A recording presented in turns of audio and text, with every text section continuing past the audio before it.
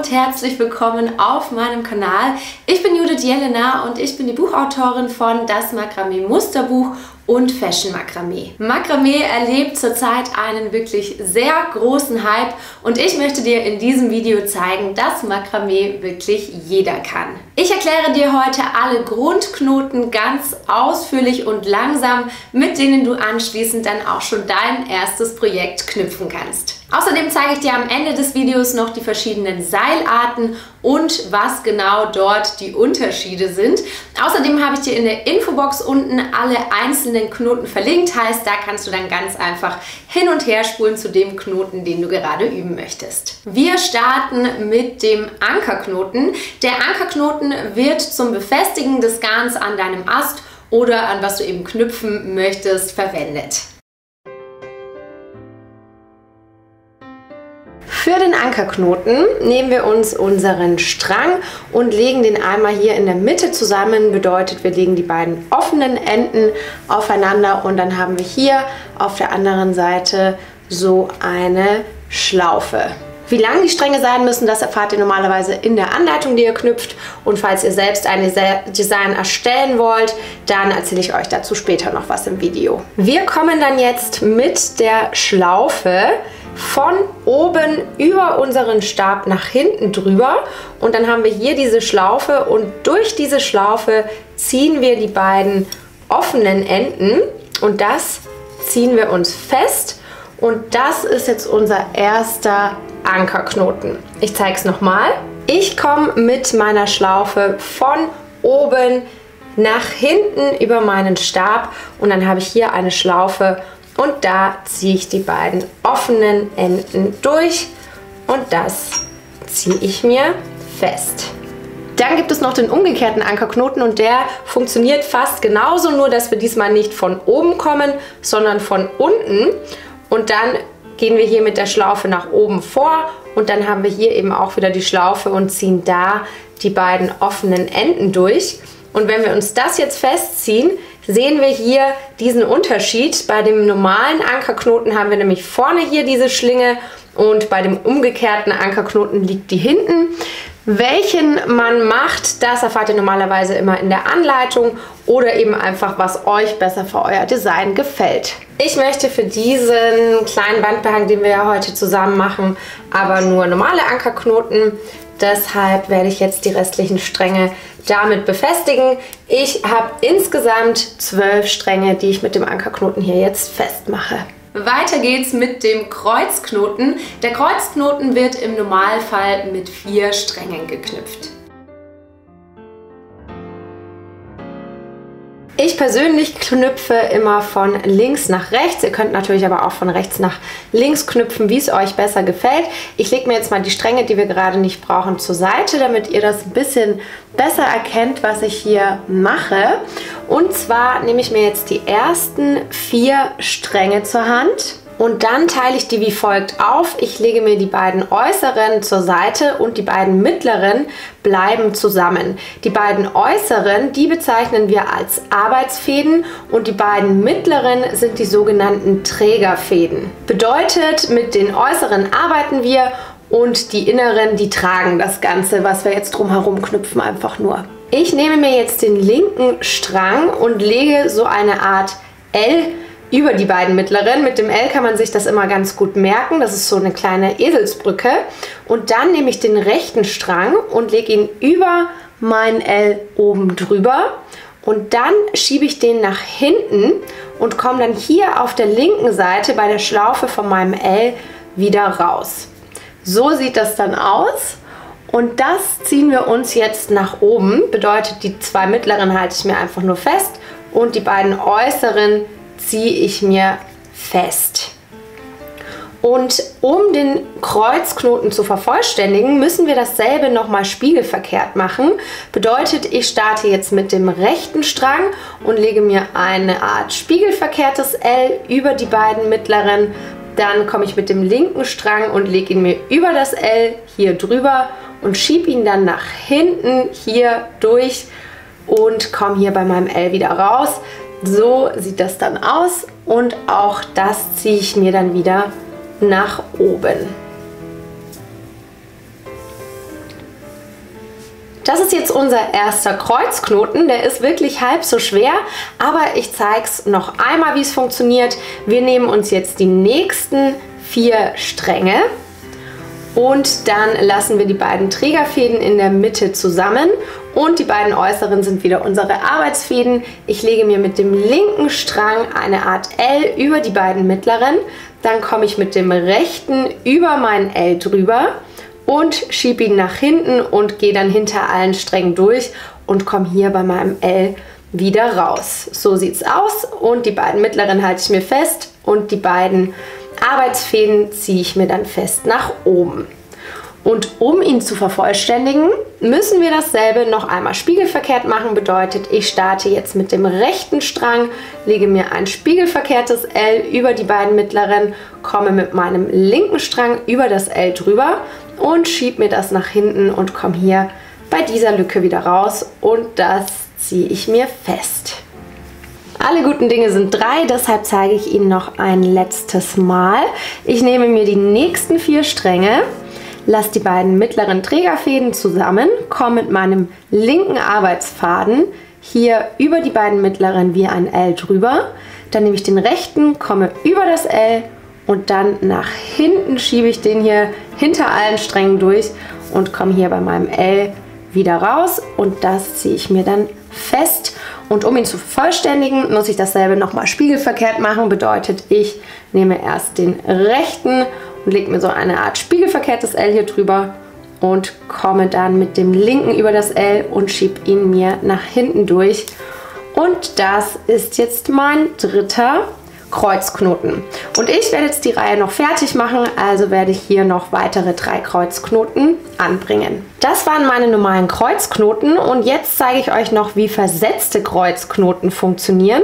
Und zwar legen wir uns jetzt mal diese 2 äußeren auf der linken Seite zur Seite und die 2 äußeren auf der rechten Seite. Und dann nehmen wir die nächsten 4 Stränge und versetzt bedeutet einfach nur, dass ich jetzt 2 Stränge von dem Kreuzknoten hier nehme und 2 Stränge von dem Kreuzknoten daneben. Und dann mache ich wieder exakt dasselbe, was ihr gerade schon gelernt habt. Ich mache wieder ganz normal einen Kreuzknoten.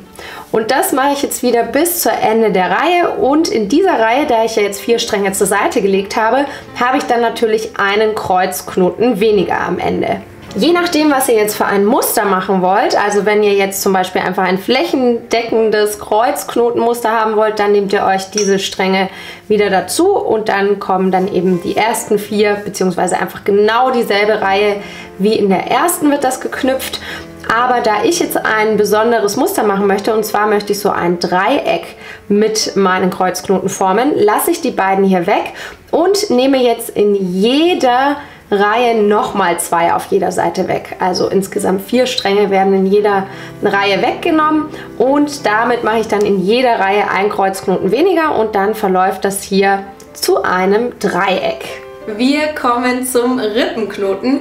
Der Rippenknoten wird von Anfängern oft als etwas kompliziert oder schwierig empfunden. Wenn man ihn aber einmal raus hat, dann ist er tatsächlich halb so schwer und ich zeige ihn dir jetzt ganz langsam und ausführlich. Wir arbeiten direkt weiter mit unserem aus Kreuzknoten geknüpften Dreieck. Und zwar möchte ich das jetzt mit Rippenknoten sozusagen umranden. Bei Rippenknoten unterscheiden wir von nach rechts geneigten Rippenknoten und nach links geneigten Rippenknoten. Und wir starten jetzt mit dem nach rechts geneigten Rippenknoten. Dafür teile ich mir die Stränge jetzt erstmal auf. Bedeutet, ich nehme mir die Hälfte weg, so dass ich jetzt auf jeder Seite noch 12 Stränge habe. Und dann nehme ich mir den linken Strang und dieser Strang wird mein sogenannter Führungsfaden oder er wird auch Leitfaden genannt. Dieser Strang zeigt uns nämlich einfach den Weg, wo wir lang knüpfen wollen. Und da wir dieses Dreieck ja jetzt hier umranden wollen, legen wir das hier in so einem 45 Grad Winkel über die restlichen Stränge. Ganz wichtig, der Führungsfaden, der zeigt uns wirklich einfach nur den Weg. Er selbst wird nicht verknüpft, sondern es wird mit den restlichen Arbeitsfäden hier einfach nur drumherum geknüpft. Und bei Anfängern passiert das ganz, ganz oft, dass sie den Führungsfaden und den Arbeitsfaden vertauschen. Also achtet da wirklich drauf, dass ihr die nicht vertauscht. Ich nehme mir jetzt also den ersten Arbeitsfaden, das ist direkt der Faden, der hier daneben, neben meinem Führungsfaden unten drunter liegt. Und den Führungsfaden halte ich, wie gesagt, einfach nur hier straff fest. Und dann nehme ich den nächsten Faden und komme von links nach rechts über meinen Führungsfaden drüber. Also lege mir hier so einen Halbkreis sozusagen über meinen Führungsfaden drüber. Und dann komme ich hier nach hinten durch und bei dieser Lücke hier wieder raus. Ich lege mal meine Hand drunter, dann sieht man es ein bisschen besser. So sieht das Ganze jetzt aus und den Führungsfaden, wie gesagt, einfach nur festhalten und den Arbeitsfaden ziehe ich mir dann fest, also schlängel mir den sozusagen nach oben. Und bei einem Rippenknoten ist es auch so, dass er immer aus 2 Schlägen besteht, bedeutet, das war jetzt der erste Schlag und dann machen wir dasselbe noch einmal, bedeutet, ich lege mir wieder so eine Art Halbkreis über meinen Führungsfaden und schiebe ihn nach hinten durch und komme dann hier bei der Lücke wieder raus und das ziehe ich mir dann hier einfach wieder fest. Und das ist jetzt mein erster nach rechts geneigter Rippenknoten.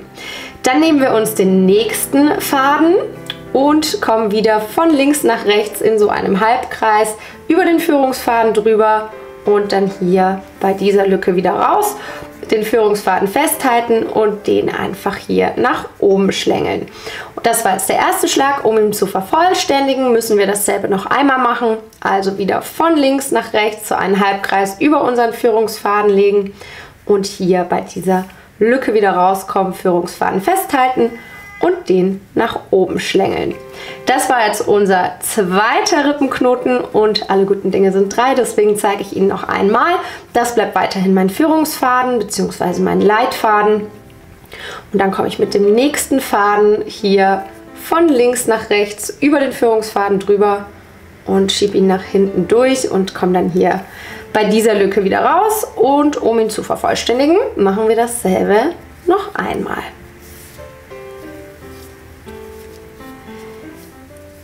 Und so fahren wir jetzt fort, bis wir hier unten in der Mitte angekommen sind.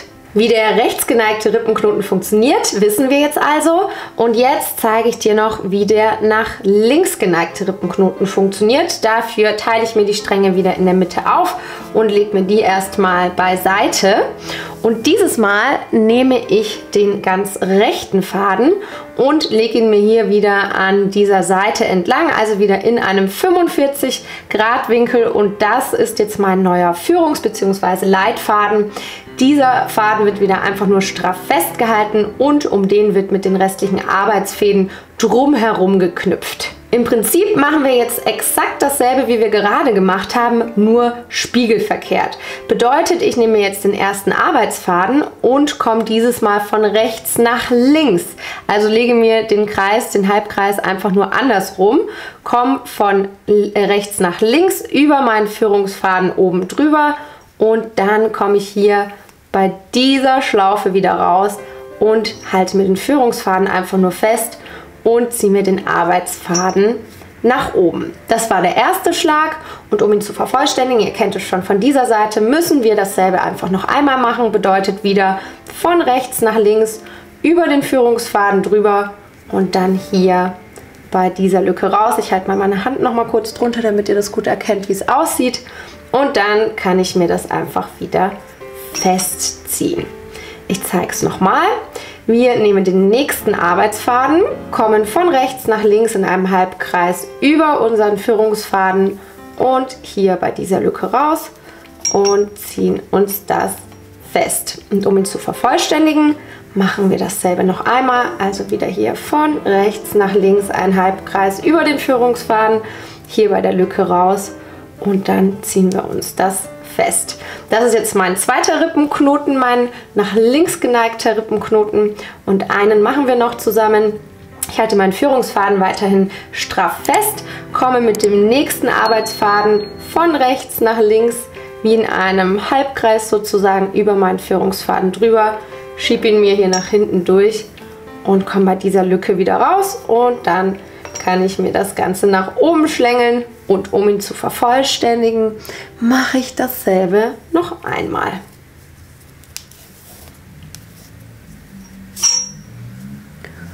Und jetzt knüpfe ich hier wieder die restliche Reihe fertig und dann zeige ich euch gleich, wie wir das unten noch verbinden können. Ich habe jetzt also auf beiden Seiten 11 Rippenknoten gemacht, also hier einmal 11 nach rechts geneigte Rippenknoten und hier einmal 11 nach links geneigte Rippenknoten. Jetzt sehen wir aber schon, wir haben hier noch so eine kleine Lücke und das sieht nicht ganz so hübsch aus.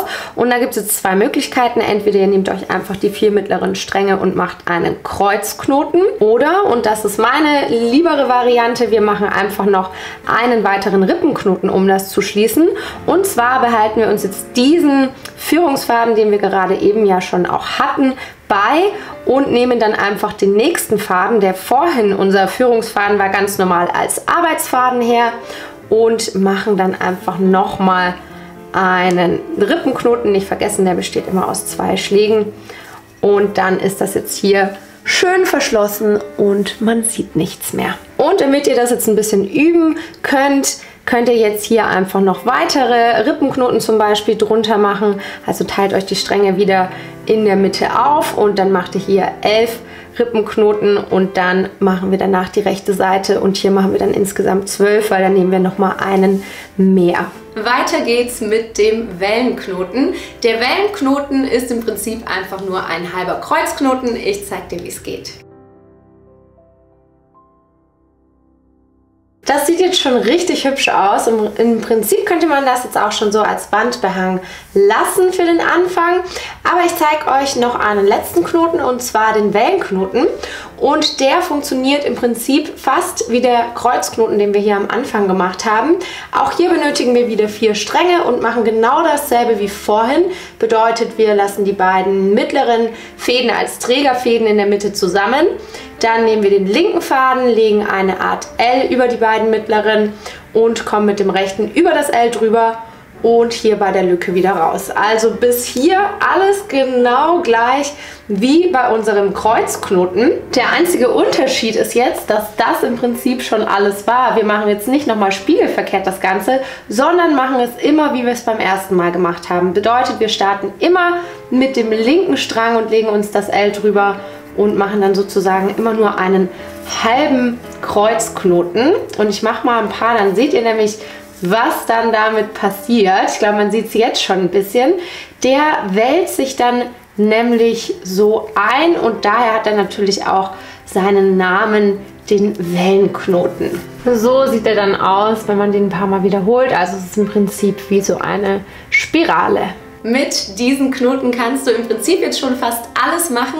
Ich habe hier auf meinem Kanal eine sehr große Makramee-Playlist mit ganz, ganz vielen Anleitungen. Die verlinke ich dir mal hier.